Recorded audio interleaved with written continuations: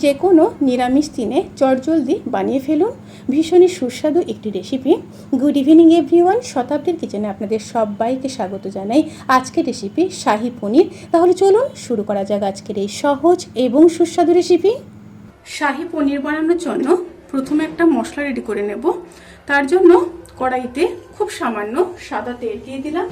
তেলের মধ্যে দিয়ে দেব 3টা এলাচ, 3-4টা লবঙ্গ, সামান্য দারচিনি, একটু নেড়ে নেব। এবার দিয়ে দেব 2টো বড় সাইজের কেটে রাখা টমেটো, 2 ইঞ্চ কুচিয়ে রাখা আদা, 3টা শুকনো লঙ্কা দিয়ে একটু মিশিয়ে নেব। মিশিয়ে নিয়েছি। এবার দিয়ে দেব 20-22টা কাজু, 9-10টা আমন্ড। এক্ষেত্রে আপনারা 4 মগজও ব্যবহার করতে পারেন।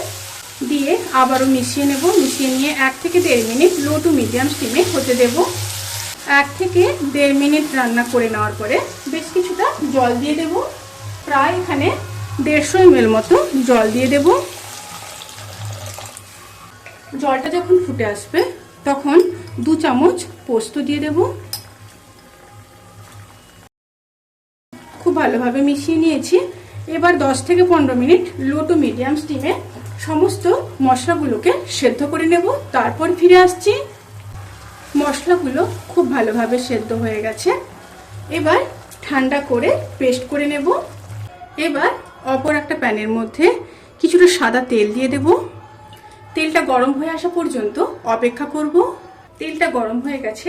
তেলের মধ্যে খুব সামান্য লবণ দিয়ে দেব। দিয়ে একটু নেড়ে নেব। এবার পনিরগুলোকে ভেজে নেব।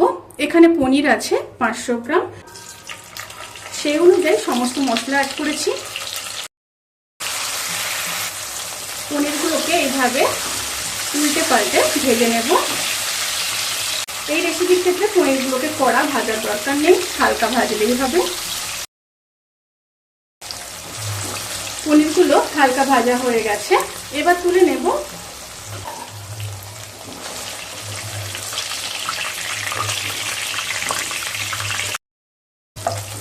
এইভাবে সমস্ত পনিরগুলোকে ভেজে নিয়ে তারপর ফিরে আসছি। সমস্ত পনির ভাজা হয়ে গেছে। এবার ওই তেলের মধ্যে পেস্ট করে রাখা মশলা দিয়ে দেব। সাথে মশলা ধোয়া জলটাও দিয়ে দিলাম। এবার দিয়ে দেব পরিমাণ মতো লবণ। লবণের পরিমাণটা অবশ্যই দেখে দিতে হবে, কারণ আমি তেলের মধ্যে যখন পনির ভাজছিলাম তার আগে লবণ দিয়েছিলাম। রোস্টেড জিরে আর ধনের গুঁড়ো 1 চামচ, কাশ্মীরি লঙ্কার গুঁড়ো 1 চামচ, 1/2 চামচ হলুদ গুঁড়ো। এবার খুব ভালোভাবে মিশিয়ে নেব। এবার মশলাগুলোকে কষিয়ে নেব।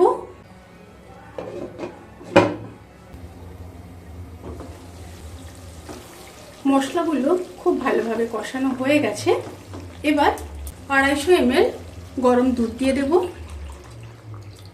আমি এখানে গরুর দুধ ব্যবহার করেছি। আপনাদের কাছে যদি গরুর দুধ না থাকে তাহলে কিন্তু আপনারা এখানে আমুল দুধও ব্যবহার করতে পারেন। সেই ক্ষেত্রে আপনারা 100 থেকে 150 গ্রাম আমুল দুধকে গরম জলে গুলে তারপর ব্যবহার করবেন। এবার ফুটে আসা পর্যন্ত অপেক্ষা করব। তরকারিটা ফুটে এসছে। এরপর ভেজে রাখা পনিরগুলোকে দিয়ে দেব।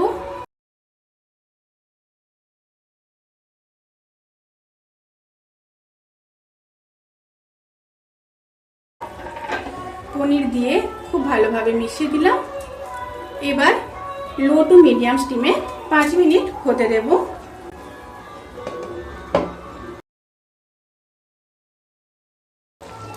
রান্নাটি প্রায় হয়ে এসছে।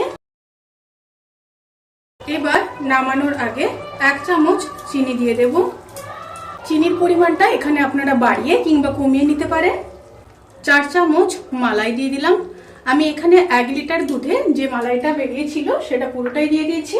আপনারা এক্ষেত্রে ফ্রেশ ক্রিমও ব্যবহার করতে পারেন। আর দিয়ে দেব কিছুটা কাসুরি মেথি,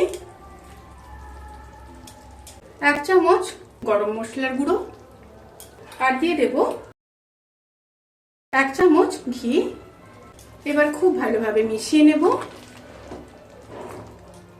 এবার গ্যাসের ফ্লেমটাকে অফ করে দেব। অফ করে 5 থেকে 7 মিনিট স্ট্যান্ডিং টাইমে রেখে তারপর সার্ভ করব।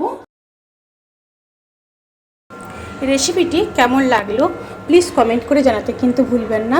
যদি ভালো লেগে থাকে তাহলে সাবস্ক্রাইব করে পাশে থাকা বেল আইকন প্রেস করে নোটিফিকেশান অল করে রাখবেন। তাতে করে আমি যত রেসিপি দেব সমস্ত লিঙ্ক আপনাদের কাছে পৌঁছে যাবে। আপনারা সবাই ভালো থাকবেন, সুস্থ থাকবেন, সাবধানে থাকবেন। আজকের মতো এই পর্যন্ত, পরের ভিডিওর জন্য অপেক্ষা করুন। টাটা।